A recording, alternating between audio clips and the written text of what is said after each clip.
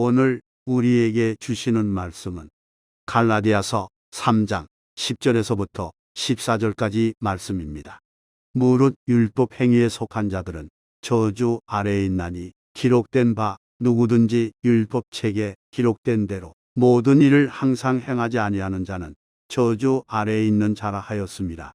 또 하나님 앞에서 아무도 율법으로 말미암아 의롭게 되지 못할 것이 분명하니 이는 의인은 믿음으로 살리라 하였습니다. 율법은 믿음에서 난 것이 아니니 율법을 행하는 자는 그 가운데서 살리라 하였느니라. 그리스도께서 우리를 위하여 저주를 받은 바 되사 율법의 저주에서 우리를 속량하셨으니 기록된 바 나무에 달린 자마다 저주 아래에 있는 자라 하였습니다.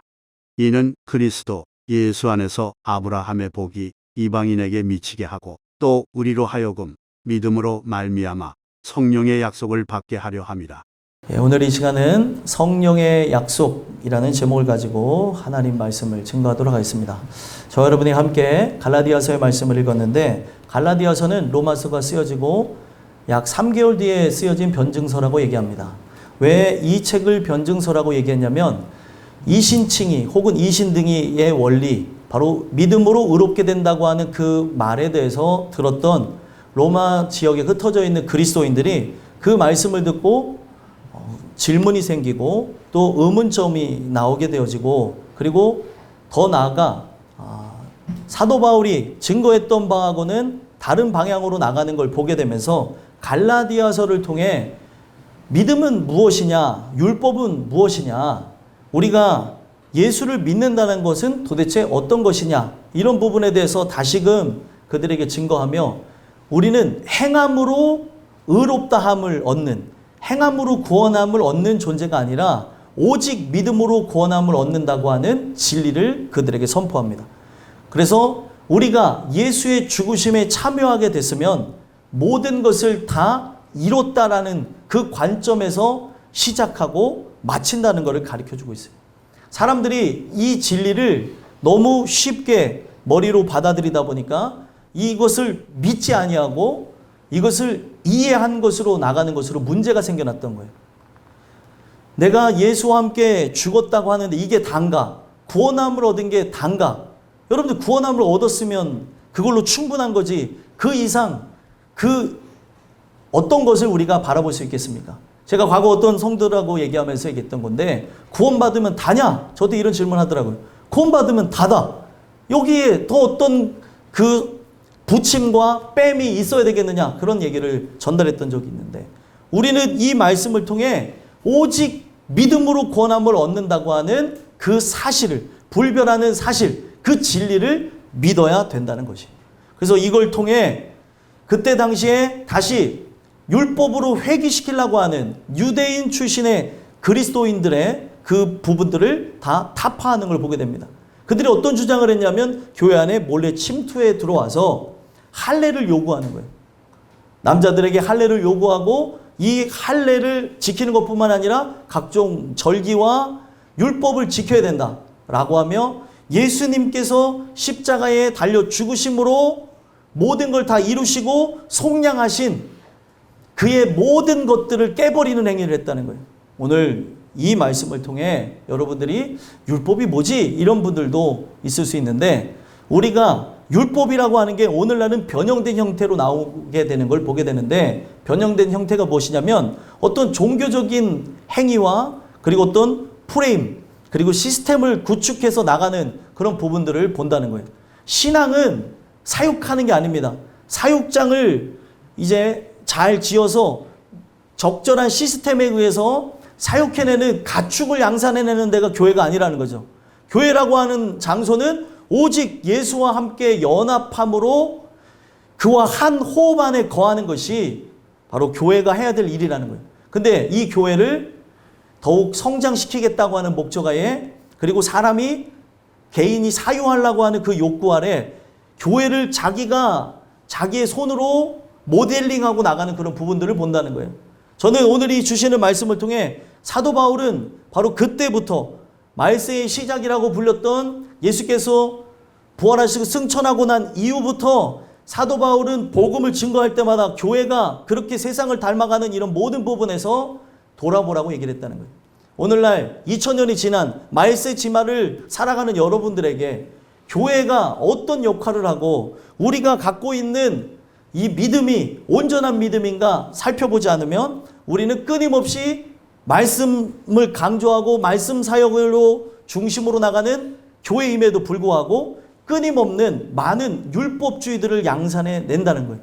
오늘 이 주시는 이 말씀을 통해 나의 인간의 생각, 인간의 어떤 의지적 결단, 또 어떤 체계화를 하는 것도 좋겠지만 그런 부분보다는 더욱 예수님과 함께 교제하며 그가 주시는 은혜를 통해 여러분들이 거듭나고 그와 한 호흡 안에서 살아가는 것임을 깨닫게 되는 귀한 은혜가 있었으면 좋겠습니다. 오늘 이 본문은 사도 바울이 왜 그들에게 증거했느냐를 먼저 살펴봐야 되는데 이 본문은 왜 등장하게 되냐면 율법주의로 회개하려는 사람들이 있었어요. 이들의 시작은 성령으로 시작했어요. 하나님의 역사하심 속에 시작을 했는데 율법으로 마치려고 하는 또다시 뭔가를 해 나가야 된다. 이런 부분을 해야 된다. 라고 하며 신앙인들의 체계를 잡으려고 하는 그들의 행태 또 그들의 어떤 그 종교심이 교회를 병들게 하는 걸 보게 되면서 왜 이렇게 예수님의 십자가의 죽으심을 헛되게 만드냐 이런 얘기를 했다는 거예요. 예수님의 십자가의 죽으심이 우리의 각 인생들에게 실제화가 진행되어진다면 오늘날 우리는 이런 종교적인 어떤 행위를 통해서 나의 자존감을 높이고 나라고 하는 존재 가치를 그런 데서 확인할 필요가 없다는 거예요. 오늘 이 주시는 말씀을 통해 여러분들과 저는 어떤 특별한 것을 행해 나가려고 하기보다 내 안에 참된 믿음이 있는지를 살펴보시고 왜 오늘 본문 속에 제목이 뭐예요? 성령의 약속. 성령을 약속으로 그들에게 먼저 증거하시고 선물로 준 이유가 무엇일까? 그것을 살펴보고 아직 성령 받지 못한 분들이 이 말씀을 듣고 있다면 예수 그리스도를 믿음으로 그에게 약속되어진 성령을 여러분들 모두가 받기를 소망하고요. 이미 성령을 받으신 분들이라고 한다면 오늘 이 성령으로 충만한 자에게 나타나야 되는 건 뭐냐면 예수와의 연합, 예수를 믿음이 생명력으로 연결되어져 있어야 진짜 성령을 받은 사람이라는 거예요. 오늘날 이런 성령과 믿음에 대해서 이야기하는 것이 조금 낯선 시대가 되어지고 있는데 오늘 이 전달해 드리는 이야기를 통해서 교회만 오고 가는 종교인이 되지 마시고 참된 신앙인이 되셨으면 좋겠고 신앙인이란 내가 태국 땅을 밟았던 라오스 땅을 밟았던 그리고 미국 땅을 밟았던 기독교인 그리스도인은 그리스도인입니다. 그걸 기억해야 되는 거예요. 태국 땅에 가니까 태국화 되어져 가지고 그 나라 사람의 그 문화에 막 젖어 들어갈 수도 있겠지만 그 문화의 이면을 우리가 살펴보고 그 부분 속에서도 신앙인으로 세워져야 된다는 거죠. 신앙인이 하나님을 우러러 보는 자를 신앙인이라고 하는데 어디 갖다 놓는다 한다 할지라도 변함이 없어야 되는데 불평불만 원망하며 어떤 장소의 변화로 인해서 어떤 상황의 변화로 인해서 나란 존재의 그 가면이 벗겨진다면 참된 신앙인인가를 살펴봐야 된다는 거예요. 오늘 이 주신 말씀을 통해 나는 진짜 신앙인인가를 살펴보시고 여러분들은 성령 안에 거하며 은혜 속에 살아가는 주의 권속들이 되기를 간절히 소망합니다. 그래서 본문에 보시면 10절에서부터 14절까지 내용을 보면 율법의 저주로부터 속량하신 그리스도의 속죄사역, 이 말이 잘 이해되지 않죠. 율법의 저주라고 하는 것은 우리는 율법 아래 들어가는 그 순간 나라고 하는 존재는 율법의 요구를 이룰 수 없는 죄인이라는 사실을 깨닫게 되는 거죠. 그게 율법의 저주 안으로 들어가는 거예요. 그래서 율법을 뭐라고 얘기냐면 하나님 사랑과 이웃 사랑에 대한 것으로 파생해서 10계명이 나오게 되고 10계명으로부터 파생되어진 게 613개의 율법이라고 합니다. 613개의 율법은 뭐를 상징하는 거냐면 내 안에 어둠을 밝혀주는 거예요. 내가 죄인이다. 내가 이 법을 나는 수용하나 지킬 수가 없다는 것을 받아들이는 게 율법의 요구인 거예요. 그래서 그 율법에 의해서 내가 저주받은 존재구나. 나는 율법을 지켜 행할 수 없다는 걸 깨닫고 그 율법이 자연적으로 이끌어가는, 죄은되어진 자를 이끌어가는 십자가 밑에 나아가는 것을 경험하는 게 율법의 역할이었던 거예요. 그러면은 죄인됨을 내가 깨닫고 나가야 되는데 저주받은 상태 아래 거하려고 하니 예수님이 헛되이 죽게 되어진 꼴이 되어지더라는 거죠. 오늘 이 나누는 이야기를 통해 예수님이 십자가 달려 죽으실 때 나도 함께 못 박아 죽었다는 사실을 믿게 되는 믿음이 있었으면 좋겠고, 그 믿음을 통해서 예수님이 십자가 달려 죽으실 때 나의 모든 죄가를 속량하셨다는 것. 그래서 이제는 내가 율법에 의해서 살아가는 것이 아니라 자유자로서 바로 믿음 안에서 살아간다는 것을 깨닫게 됐으면 좋겠습니다. 그들은 이것을 경험하고 깨닫고 나아가야 됨에도 불구하고 혼란이 찾아왔고, 성령을 받았다고 하는 사람들 또한 다시 율법으로 회개하려는 그 모습에 있기 때문에 강력하게 이 메시지를 통해 돌아보라고 얘기하는 거예요. 이런 일들이 나타나는 이유가 무엇일까요? 오늘날 교회 안에 또 다른 법을 만들어내는 이유, 오늘날 이 교회 안에 말씀을 내가 듣고 그 말씀 안에 거하며 나가야 되는데 또 다른 것들을 내가 만들어내고 나라고 하는 존재를 드러내려고 하는 그 의가 작용하는 이유가 무엇일까요? 오늘날 십자가 사건에 실제로 경험하지 못해서 십자가 사건에 옛죄를 깨끗하게 하신 것을 잊어서 나타난 일들이라는 거예요. 오늘 이 메시지를 통해 여러분들은 어떤 것을 추구하며 살아가는지를 보셨으면 좋겠습니다.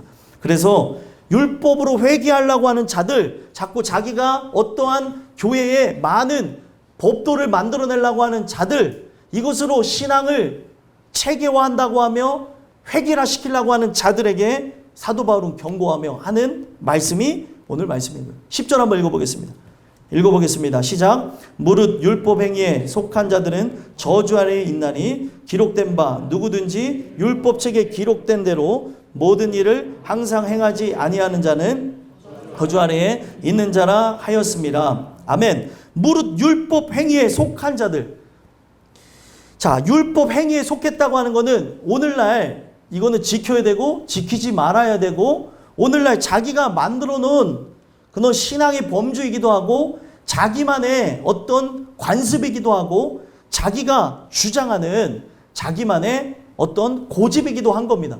율법이라고 하는 것이 사실 종교적으로 또 기독교적으로 교회 안에서만 존재하는 게 아니라 자기라고 하는 그 철옹성을 지키기 위해 만들어낸 말도 안 되는 것들이 존재하기도 한다는 거예요. 율법의 역할은 십자가 밑으로 나가는 그런 용도였던 것이지, 그 율법에 대한 요구를 그 빛이 비춰지며 어둠이 드러나고 항복하면 되는 건데, 항복하지 않고 나는 할 수 있다, 나는 좌절하지 않을 것이다, 나는 이걸 지켜낸다 라고 하는 그런 표현들을 하게 되어진다면 율법 행위에 속한 자들이 되어지더라는 거죠.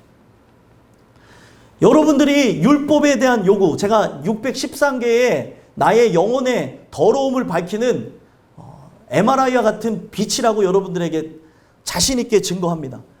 내 안에 어둠을, 더러운 이면을 볼 수 있게 하는 게 바로 율법의 그 역사인 거죠. 그러면은 내 안의 더러움들, 사람들 앞에 증거할 수 없는 나의 어두움들, 그리고 자존감 폭발, 그리고 내 안에 있는 그런 잘못되어진 비교의식, 그리고 상처, 이런 부분들을 다 끄집어내는 게 율법의 역할인 거예요. 내가 죄인이기 때문에 이런 행위들을 하고 나가는 거구나. 내가 은혜로 살지 못하기 때문에 나의 감정과 기분, 그리고 어떤 상황에 영향을 받는 그런 존재구나. 제가 여러분들에게 자신 있게 말씀드릴 수 있는 것은 남자든 여자든 성령 안에 충만한 사람은 봄도 가을도 영향을 받지 않아요.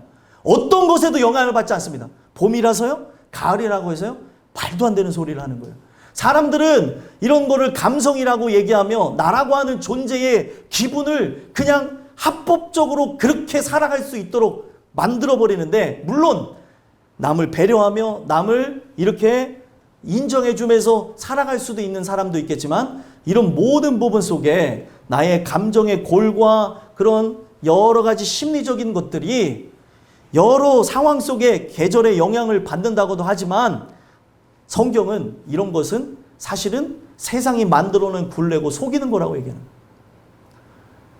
얼마나 많이 속습니까? 남자라는 것 때문에 속고, 남자는 이래야 된다라고 하는 말도 안 되는, 성경이 증거하지도 않는 걸 갖고도 자기를 드러내려고 그러고, 여성성이라고 하는 걸 강조하면서, 물론 여성분들이 은혜 속에서 나가는 모습도 있지만 내가 갖고 있는 고유의 성을 이렇게 강조하는 것 때문에 내가 어떤 잘못된 남자나 여자나 온전한 사고를 하지 못하게 되어질 때가 있다는 거예요. 이게 뭐냐면 율법주의 사관에 의해서 끊임없이 종교화되려고 하고 자기를 지키려고 그러고 자기를 드높이려고 하는 의에서 나타난 거라는 거예요. 이렇게 나가는 사들, 예수님의 십자가가 밝히 보이거늘 누가 너희를 꾀더냐? 사도 바울은 답답하는데 이런 답답함을 이야기하는데도 죄악으로 나가는 이 사람들은 다 저주 아래 들어간다는 거예요.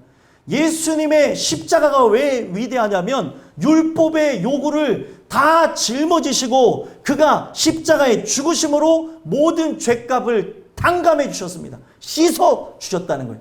그때 일시적으로 씻어 주신 게 아니라 과거, 현재, 미래를 관통하며 나의 모든 죄를 씻어 주셨다는 거예요. 그래서 십자가 사건이 위대한 겁니다.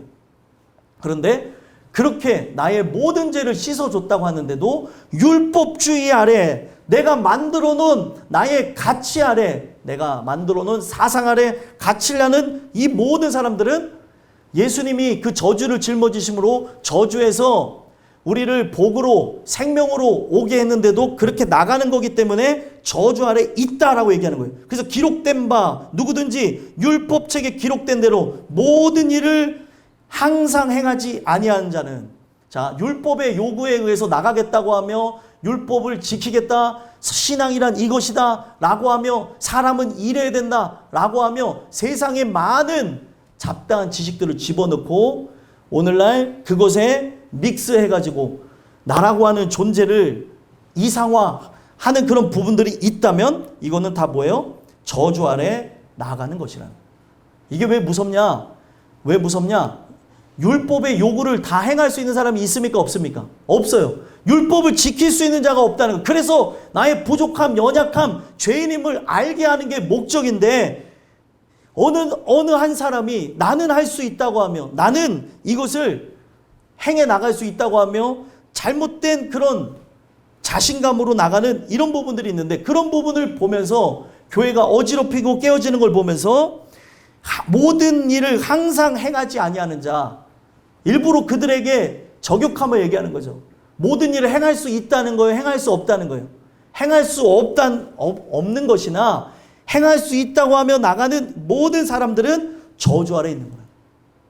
오늘 제가 이 말씀을 드리는 이유는 뭐냐면 율법으로는 여러분들과 제가 구원함을 얻을 수 있는 게 아니라는 거예요. 내가 이것을 지켜서 행해서 그리고 하지 않아서 여러분들 천국 가는 게 아닙니다. 금욕주의로 천국 가는 게 아니잖아요. 난 술도 안 먹고요. 담배도 안 피고 그리고 나는 이런 부분에서 이런 욕망도 갖지 않습니다. 나는 이렇게 나를 수련합니다. 수행합니다. 아니 이렇게 하면서 천국 갈 거면은 다 이런 수행하는 수행자들이 돼야 되는 거 아니에요? 성경은 그런 부분에 대해서 다 반박하고 있습니다. 이런 부분에 대해서 반대하고 있다는 거죠. 예수께서 모든 걸 다 이루셨는데 뭘 자꾸 하려고 하냐는 거예요. 무슨 수행이 필요하고 무슨 인간이 깨끗해지기 위한 정화의 과정을 씻어야 되냐는 거예요. 아무리 물총 싸움을 해보세요. 예? 태국이라는 나라 지금 송크란 주체라는데 그 나라 자체가 정화되는 그런 부분을 사람들이 했으면 좋겠다고 해서 물축제를 한다는 거예요. 좋은 의미에서 하는 것 같죠? 그런 걸로 아무리 먼지를 씻어낸다고 한들 우리의 죄는 씻어낼 수가 없다는 사실이에요. 그게 아무리 즐거워 보입니까? 그 즐거움 속에 다 인생들이 다 매몰되어지고 죽어가는 거죠. 그런 것으로 씻을 수 있는 게 아니라는 거예요.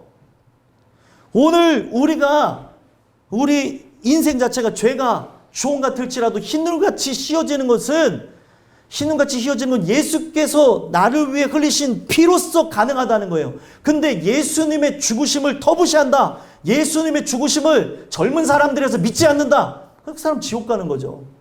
예수님의 죽으심을 믿지 않는데 예수님에 대한 부분을 전혀 인정하지도 않는데 아유, 그래도 내가 그 교회를 그렇게 나갔지 않습니까? 성경은 행위에 있는 것이 아니에요. 구원이 어디 있어요? 믿음에 있습니다. 믿음에 의해서 나오는 행위면은 축복받은 행위지만 이 모든 부분에 믿음이 결여되어진 채 이 자리에 앉아 있을 수 있나요? 없나요? 있잖아요. 하나도 이 예배에 대해서 기대하는 것이 없이 은혜 받고 싶은 마음 없이 이 자리에 있을 수도 있고 늘 직분자라고 해서 억지로 앉아 있을 수도 있고 내가 은혜로 살아가야 되는데 몸이 아프다, 뭐가 아프다, 뭐가 이런 문제가 있다, 저런 문제가 있다, 내 마음이 아프다 라고 하며 하나님을 떠나갈 수 있잖아요. 그런 행위로 구원을 얻을 수 있을 것 같아요? 그런데 이런 행위로 구원함을 얻는 게 아니라 오로지 믿음으로서 구원함을 얻는다고 하는데 이 자리에 없는 자건 있는 자건 이 자리에 있으면서 하나님을 향해 예배하는 자건 우리의 믿음이 온전한가를 살펴보자는 거예요. 행위로서 이것을 하나님께서 자랑할 수 없다고 얘기를 하셨다는 거죠. 행위로 우리가 구원함을 얻는 게 아니라고 얘기하는 거예요. 근데 자꾸 사람들은 내가 이것을 함으로 정화되어진다, 깨끗해진다, 의식에 참여하려고 그러고 삼보일배를 하고 자기가 하는 부분에서 막 자기를 치면서 뭐 참아야 되느니라, 죽어야 되느니라. 절대 죄라고 하는 건 죽을 수가 없어요. 여러분들이 다른 종교처럼 기독교를 그렇게 수행의 종교로 만들어버린다면 이게 문제가 있다는 거죠. 그래서 예전에 교부들이라고 해서 사막에서 신앙생활을 했던 훌륭한 사람들이 내린 결론이 뭐냐면 우리 인간은 아무리 나라고 하는 존재의 욕정을 내가 끊기 위해서 여러 방도의 것들 다 하고 그리고 그런 정욕이 올라올 때마다 내가 가시로 찌른다 해도 없앨 수 없는 게 인간이라는 결론을 했어요. 인간은 육체를 입는 동안 이것이 불가능한 거라는 거예요. 근데 인간이 뭔가를 행하는 것으로 나란 존재를 높이려고 한다? 이건 문제가 있다는 거죠. 그래서 이 율법이 갖고 있는 거는 율법이 악한 것은 아니라 율법의 기능을 통해 우리가 모든 것을 이루신 예수 그리스도의 십자가 밑으로 나가야 되는데 그 십자가 사역의 위대함과 그 원대함을 갖고 찬양하기보다 자기의를 주장하며 이런 부분을 해야 신앙인이다 라고 하는 말도 안 되는 그런 주장들이나 행위들 여러 가지의 신앙적인 굴레들 시스템을 만들기 때문에 문제가 되더라고요. 그래서 11절에 뭐라고 얘기합니까? 한번 읽어보겠습니다. 읽겠습니다. 시작. 또 하나님 앞에서 아무도 율법으로 말미암아 의롭게 되지 못할 것이 분명하니 이는 의인은 믿음으로 살리라 하였습니다. 아멘. 하나님 앞에서 아무도 율법으로 말미암아 의롭게 된대요, 안 된대요? 의롭게 되지 못하는 것이 분명하대요. 하나님 앞에서 인간이 어떻게 의로움을 주장할 수 있겠습니까? 사람은 그런 착각을 할 수 있나요? 할 수 있습니다. 누구처럼요? 욥처럼 할 수 있어요. 욥이 하나님보다 의롭다고 하는 실언까지 갔었어요. 그런데 자기 안에 감춰진 그 의를 보게 되면서 욥이 회개하게 되는 거죠. 내가 그동안 살아왔던 부분에서 남에게 베풀었던 선행, 남에게 했던 모든 그런 아름다운 그 발자취조차 이것은 하나님께서 나를 그렇게 만드셔서 나에게 주신 기질로 했다는 것을 알게 되어질 때 자기의 모든 의가 사라지게 되는 거예요. 그래서 귀로 만들었던 하나님을 눈으로 배움나이다 라고 하며 욥이 진짜 하나님을 만나게 되는 이야기가 욥기서의 마지막에 나오게 된다는 거죠. 제가 이 말씀을 왜 드리냐면 사람이라고 하는 존재는 과거에 예수 믿기 전에는 죄를 지어서 문제가 되어졌다면 예수를 믿고 난 이후에는 의를 부려서 문제가 된다는 거예요. 의가 결국에 죄에 대한 근원이 되게 되는 건데 의를 드러낸다는 거죠. 목사든 아니면은 임직자든 성도들이든 아이들이건 의를 주장해내는 이게 자기 의예요. 제가 태국 가서 신기했던 걸 봤는데 어떤 걸 봤냐면 코끼리가 쇼를 하는데 말 안 듣는 코끼리가 있더라고요. 똑같더라고요. 말 안 듣는 코끼리는 그 조련사가 귀를 잡아대고 옮기고 이렇게 끌고 가더라고요. 그럴 때 우리 베드로 청년이 딱 한마디 하더라고요. 이 귀를 잡아당기니까 박 목사님이 생각난다고 예준이하고. 거기 코끼리를 끌려가더라고요. 이렇게 끌려가더라고요. 아니 제가 그걸 보면서 야 이게 그렇구나 라고 하는데 사람도 코끼리도 다 비슷비슷하더라고요. 그런데 이 말 안 듣는 그런 부분들을 보면 왜 그런가 봤더니 그 뒤에서 제가 이제 설명하는 걸 들어보니까 이 코끼리가 청소년기가 온 거예요. 청소년기. 그래서 자기는 청소년기 오다 보니까 말도 안 듣고 귀도 막 잡아당겨서 다니고 지금 공연은 해야 되는데 공연은 안 하면은 이제 혼나겠죠. 근데 안 혼나고도 싶고 또 하기도 싫고 하니까 어떻게 하냐면 입에다가 사탕수수를 막 이제 죽순을 씹어가면서 사탕수수 아니고 대나무를 막 씹어가면서 공연을 하더라고요. 막 하는 건지 마는 건지 막 이러면서 하는데 왜 그런가 하고 물어봤더니 청소년기라서 그렇대요. 청소년기. 그게 뭐냐? 코끼리에게도 사람에게도 존재하는 의라고 하는 거예요. 의. 예? 자꾸 나를 드러내려고 하는. 나 건들지 마. 나 건들면 나 쇼 안 한다. 나 그림 안 그린다. 코끼리가 그렇게 역할을 해야 되는데 그런 부분이 있는 걸 제가 봤다는 거죠.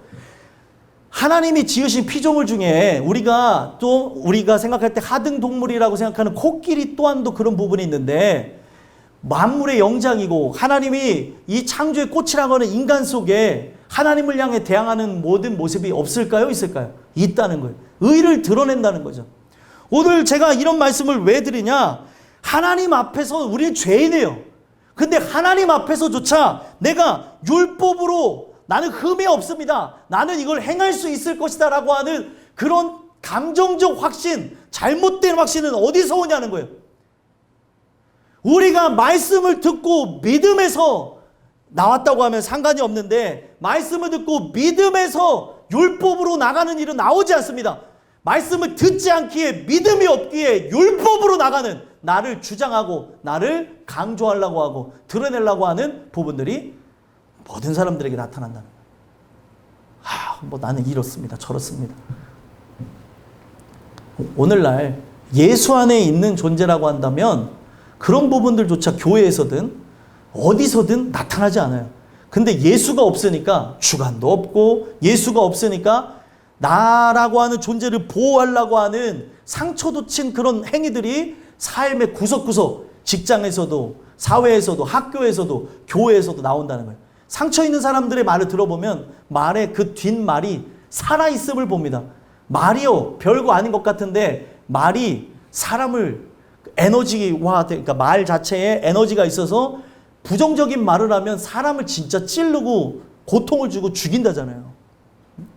오늘날 우리가 이 부분 속에서 살펴봐야 되는 게 이런 의가 나에게 있음을 기억하고 우리는 율법으로 말미암아 의롭게 되지 못한다는 것이 분명하기에 우리에게 필요한 건 뭐예요? 의인은 믿음으로 살리라. 여러분들이 바로 필요한 건 뭐예요? 믿음밖에 없다는 거예요. 근데 믿음이 얼마나 초라해 보여요. 이 믿음이라고 하는 게 어떤 큰 열매를 맺었을 때만이 사람들이 믿는 사람들의 경우에 부러워하고 이런 부분에 대해서 존경하긴 하겠지만 세상 사람들이 보는 데 믿음은 드러납니까? 안 드러납니까? 절대 안 드러나요.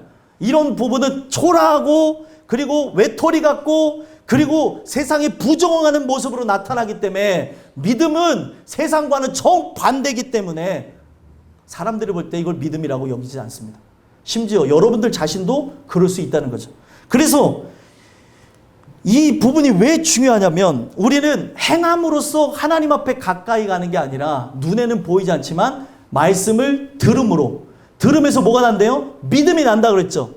그 들음에서 믿음으로 나아가는 그것만이 여러분들과 저를 살리는 거라는 거예요. 그래서 여러분들 제일 중요한 게 내가 지금 행하고 있는 이런 모든 일들도 습관화되어지면 여러분들을 속일 수가 있어요. 봉사라고 하는 것도 어떤 사람은 기쁜 마음으로 하는데 어떤 사람은 오만 잡상을 쓰며 불만과 불평 속에 하는 사람도 있고 사람의 마음은요 알 수가 없다는 거예요.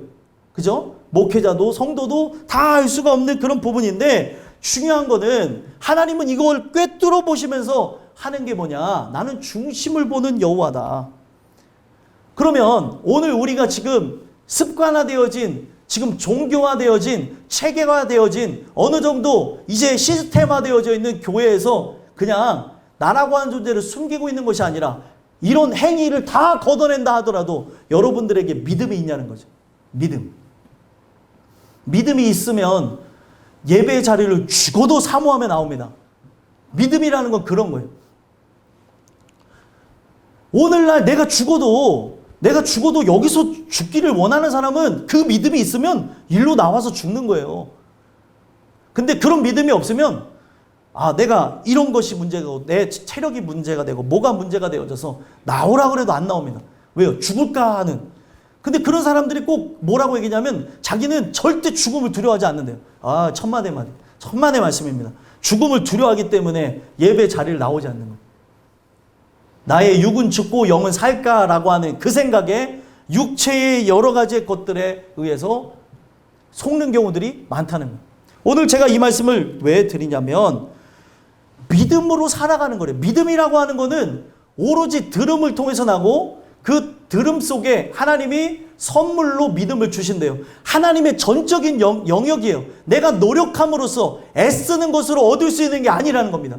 그러니까 사람들은 재미가 없는 거죠. 노력하는 것으로 믿음을 얻을 수 있는 게 아니라고 하니까 열심히 할 필요도 없네 라고 하며 하나님 앞에 반박하고 삐딱선 타고 나가는 비복음주의자들이 교회 안에 존재하게 되는 거예요. 복음을 증거했더니 비복음주의자들이 나타나요. 이게 뭐냐?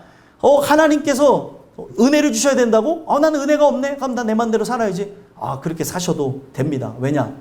이거는 내가 그렇게 나가는 것으로 하나님께 저항하고 반박하겠다는 걸 얘기하는 거기 때문에 오늘 이런 모든 부분들이 무섭게 작용하고 있다는 것을 봐야 된다는 거예요.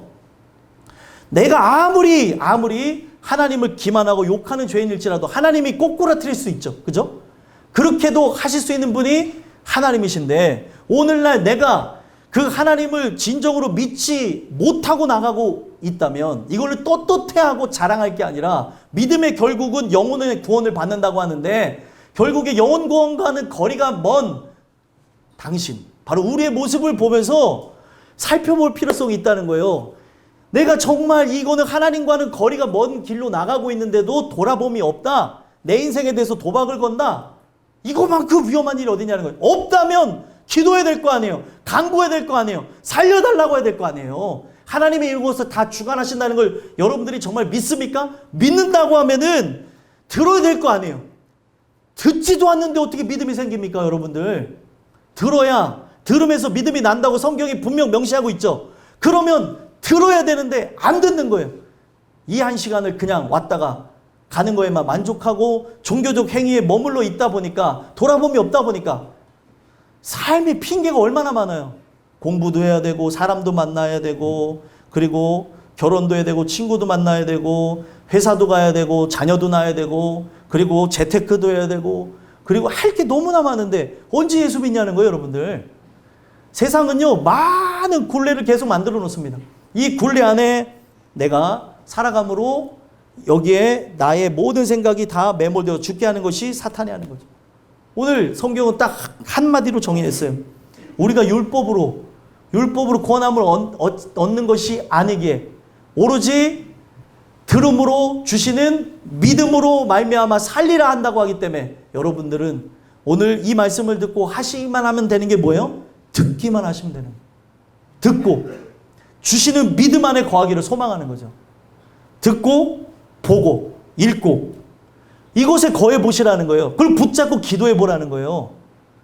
누가 시켜서 그냥 억지로 그냥 그렇게 나가는 게 아니라 진짜 주님을 사랑하는 마음 안에 이 말씀과 함께 나아가고 그리고 여러분들이 가급적이면 여러 상황에 의해서 제가 성경 프로그램을 함께 묶어서 하고 있지만 가급적으로 다 이 시간 안에 하기를 원하지만 못하게 되어질 때 때로는 천천히 가든 빨리 가든 하는 거에 집중하자는 거예요. 근데 아직까지도 하지 않는 중직자들이 있으니 그건 어떻게 하자는 건지 저는 잘 모르겠고 제가 이런 부분을 왜 드리냐면 저는 이거를 완수하고 완수하지 않는 거에 목적을 두는 사람이 아니에요.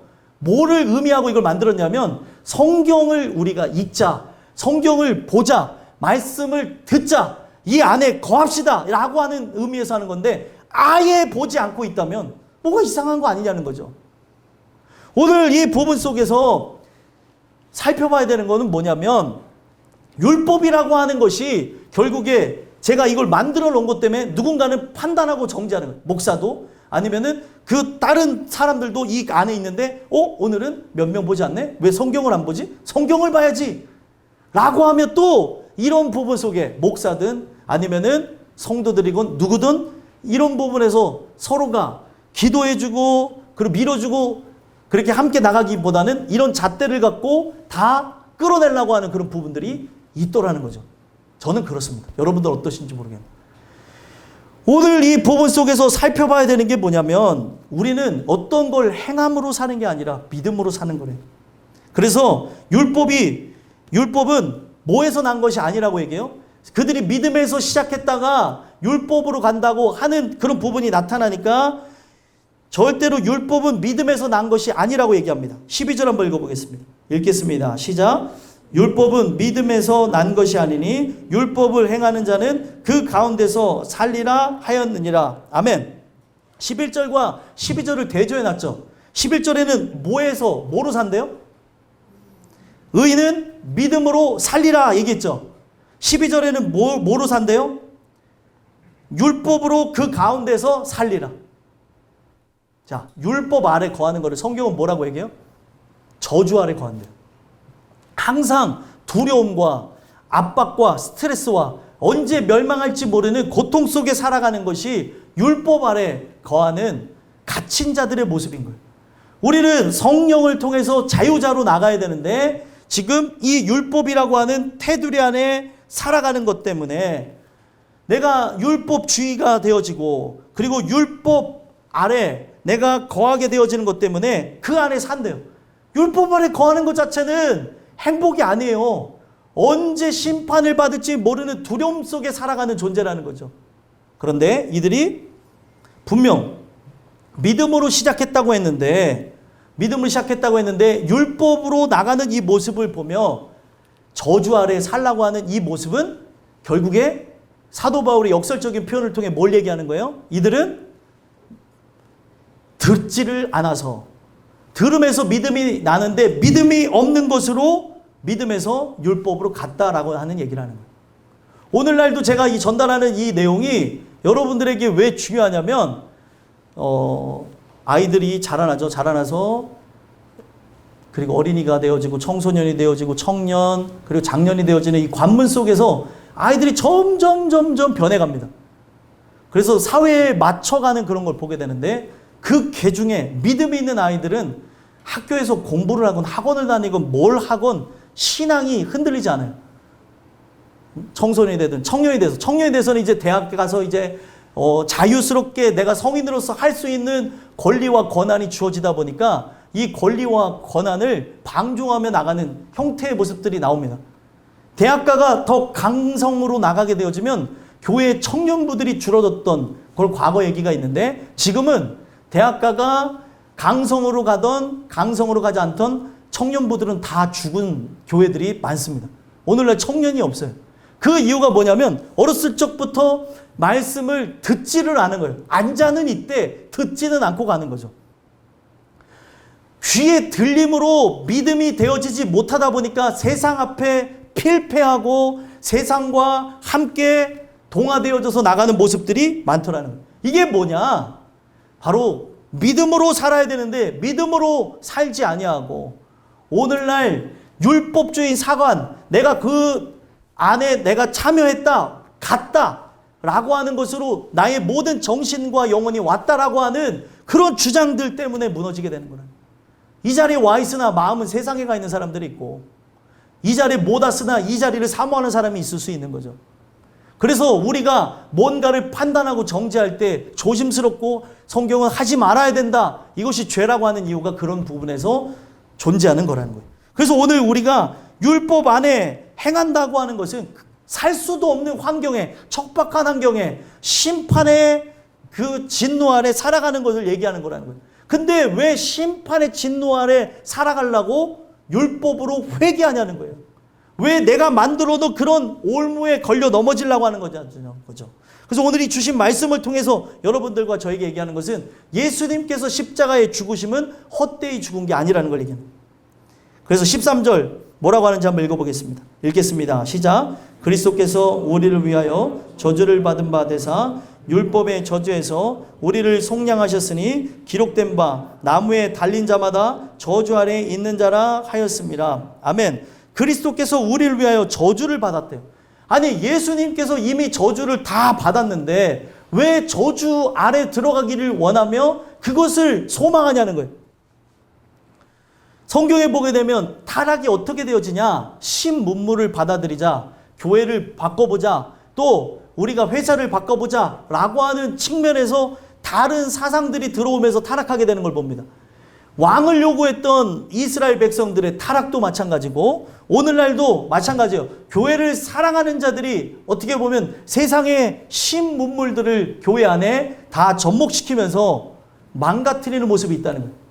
대한민국의 과거 90년대에 열린 예배라고 하는 것이 전 국적으로 다 유행했었어요. 그 열린 예배를 주창하고 만들었던 미국의 어떤 한 교회가 지금 그 열린 예배를 20년, 30년 하고 난 다음에 내린 결론이 열린 예배를 실패했다는 얘기를 했어요. 우리가 잘못했다. 그러니까 오늘날 사람들을 모으게 급급한 그런 프로그램들이 낭자하고 즐비하고 그런 것들을 해 나가야 우리가 참된 그리스도인, 그리고 이것을 이수해야지만 나는 그리스도인, 이런 성취욕을 교회 안에서 불러일으키고 서로 경쟁을 하게 되어지고 학년제를 만들고 이런 부분을 하다 보니까 교회는 성장하는 것 같고 사람들은 많아지는 것 같지만 예수의 제자들은 없어진다라고 하는 그 결론을 그 교회에서 냈더라는 거죠. 수만 명이 나오지만 예수의 제자는 거의 찾아볼 수 없는. 저는 우리 교회가 사람이 몇 명 되지 않아도 예수님의 제자들로 넘쳐났으면 좋겠어요. 예수님이 말씀하시고 그 예수님의 뜻에 분명 본래 제자는 아니었지만 말씀에 의해서 인격적으로 만났던 사도 바울이 자기는 보내심을 받은 사도라고 하는 그 사도권을 늘 강력하게 주장하며 이방인의 사도가 됐던 것처럼 오늘날 우리 또한 예수를 본 적이 없지만 말씀을 통해 십자가 사건을 훤히 밝히 보는 역사를 통해 우리는 저주로 들어가려는 행위, 뭔가 자꾸 나를 드러내려고 하는 행위, 그리고 교회의 부흥이라고 하는 명목하에 우리의 영혼을 해치고자 하는 그런 종교적 행태를 버려야 된다는 겁니다. 그래서 저주를 받은 바 되사 율법의 저주에서 우리를 속량하셨으니, 율법의 저주에서 우리를 속량하셨대. 예수님이 죽으심으로 모든 죄값을 치렀다는 거죠. 그래서 기록된 바 나무에 달린 자마다 저주 아래 있는 자라. 나무에 누가 달리셨어요? 예수가 달리셨죠. 예수가 달리심으로 나의 모든 저주를 다 받으심으로 나의 죄가를 과거 현재 미래를 관통하며 씻어 주셨다는 겁니다. 그러면 이걸 믿는 믿음이 있어야 되는 거예요. 이 믿음을 어떻게 확인하겠습니까? 이 믿음을 어떻게 우리가 키울 수 있겠습니까? 성경은 아주 간략하게 얘기하잖아요. 들어라. 이스라엘아, 들으라. 듣는 것으로 시작해서 듣는 걸로 마치는 거예요. 오늘 이 듣는 것을 내가 거부하고 귀를 막고 나가고 있다면 언젠가 지금은 내가 이곳에 있어서 나는 멀쩡한 것 같고 신앙 안에 거하는 것 같지만 어떤 특정 사건과 어떤 위기와 문제에 봉착하면 세상으로 튀어나가고 하나님을 우리가 경외하고 경배하지 않고 나갈 사람들이 존재할 수 있다는 거예요. 스스로에게 질문해 보세요. 나는 믿음이 있는가? 믿음으로 살아가야 되는데 상황의 노예가 되어지고 형편의 노예가 되어지고 처지의 노예가 되어지고 믿음으로 살아가는 게 맞는가? 세상과의 똑같은 비교의식과 돈과 명예와 권력과 권세 속에 살아가는 나를 보며 믿음으로 살아가는 거 맞는가? 살펴봐야 된다는 거예요. 예수님이 십자가 달려 죽으심으로 모든 저주를 받아주셨다는데 내가 왜 자꾸 저주하러 들어가려고 하는가? 세상과의 비교의식과 그리고 그들과의 많은 부분에서 나라고 하는 존재와의 그들을 하나하나 살펴보면서 나를 멸망으로 나가는 건 아닌가 살펴봐야 된다는 거예요. 교회 안에서도 문제지만 교회 바깥에서도 여러분들이 갖고 있는 하나님의 자녀라고 하는 그런 은혜가 함께하지 않기 때문에 나를 보호하려고 하는 측면에서 우리는 가시돋친 누군가에게 찾아가서 복음을 증거해주고 위로해주고 살리기보다는 나 건들기만 해. 나는 찔릴 거야. 나는 아프게 할 거야. 라고 하며 자기 보호와 또 자기 당착에 빠져있는 우리들의 모습이 있는 건 아닌가 살펴봐야 된다. 그래서 예수님의 십자가의 죽으심으로 다시 나아가야 될 것을 그들에게 강조하며 마지막 14절 뭐라고 얘기합니까? 한번 읽어보겠습니다. 시작. 이는 그리스도 예수 안에서 아브라함의 복이 이방인에게 미치게 하고 또 우리로 하여금 믿음으로 말미암아 성령의 약속을 받게 하려 함이라. 아멘. 이는 예수 안에서 뭐가 이루어진대요? 아브라함의 복이. 내가 왜 예수를 믿는 믿음 안에서 살아야 되는가? 성경에 보면 아브라함에게 약속했던 복이 창세기에 나오죠. 그 창세기에 약속했던 복이 뭐예요?